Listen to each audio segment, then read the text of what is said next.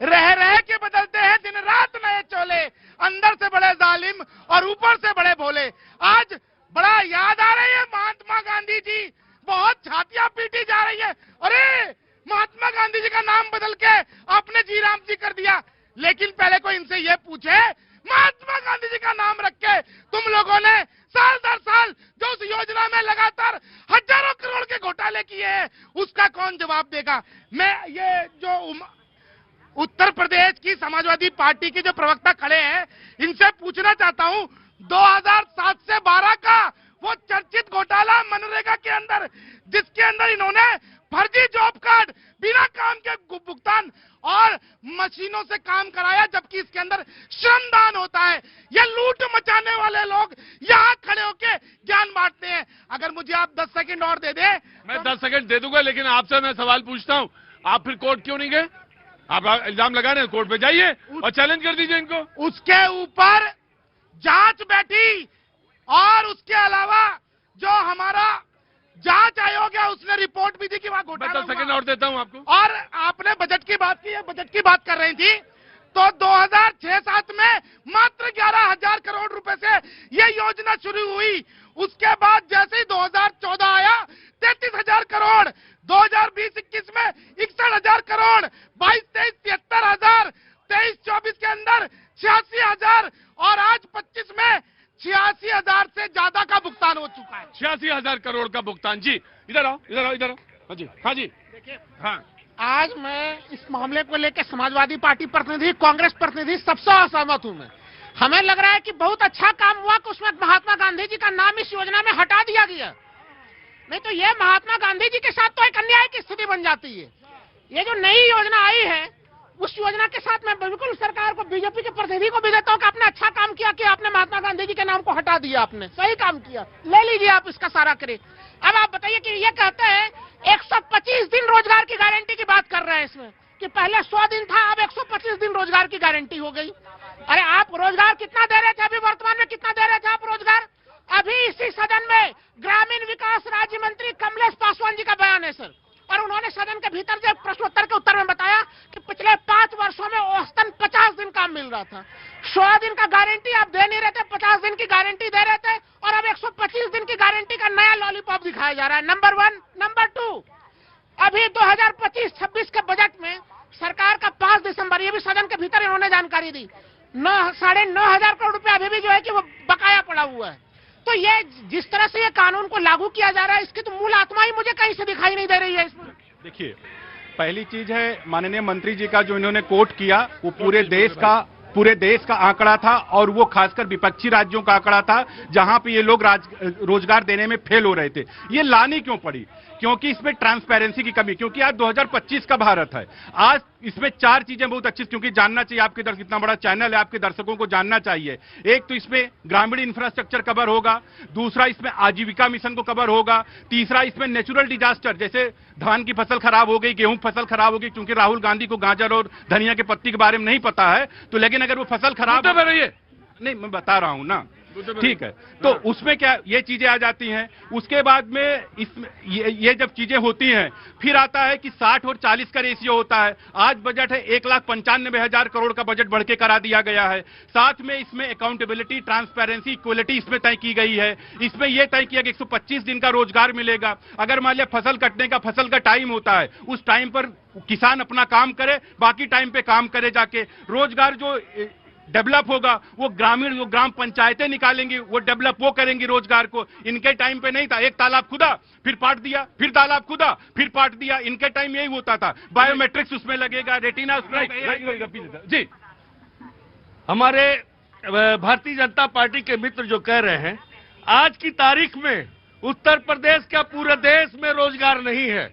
युवा उत्तर प्रदेश का कहाँ रोजगार है? क्या बोले? क्या मैंने कहा, उत्तर प्रदेश ही नहीं पूरे देश में रोजगार की कमी है। हाँ। आज जो रोजगार मिल रहा था, लोगों को जो गारंटी थी, जो किसान चाहे जो गरीब थे, जो जिन्हें रोजगार की आवश्यकता थी, वह उसके तहत उन्हें रोजगार मिल जाता था। आज इन्होंने क्या कर दिया है कि 40% जो है प्रदेश सरकार वहन करेगी, 60% केंद्र सरकार वहन करे।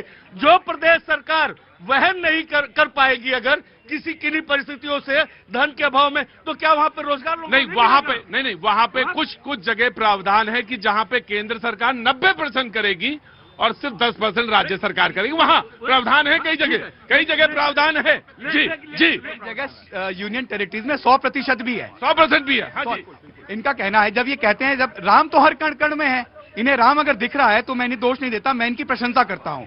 मैं तो ये सोच रहा हूं कि इन्हें अपने मोबाइल और अपने लैपटॉप में रैम 16 GB रैम के जो कंप्यूटर लेते हैं उसमें भी तो राम है ना, उसमें भी समस्या नहीं है इनको।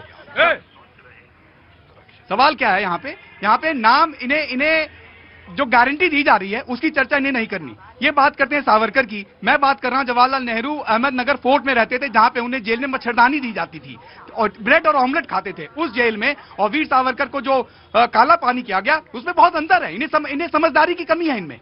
मैं ये कह रहा हूं कि जब ये नाम की बात करते हैं तो क्या एडविगे एंटोनियो एल्बीना मैनो ने अपना नाम नहीं बदला, सोनिया गांधी, क्योंकि परिस्थिति बदली थी? क्या राहुल गांधी ने अपना नाम नहीं बदला, राहुल विंची नहीं रखा क्योंकि परिस्थिति बदली थी? नरेगा का नाम इनने स्वयं नहीं बदला क्या?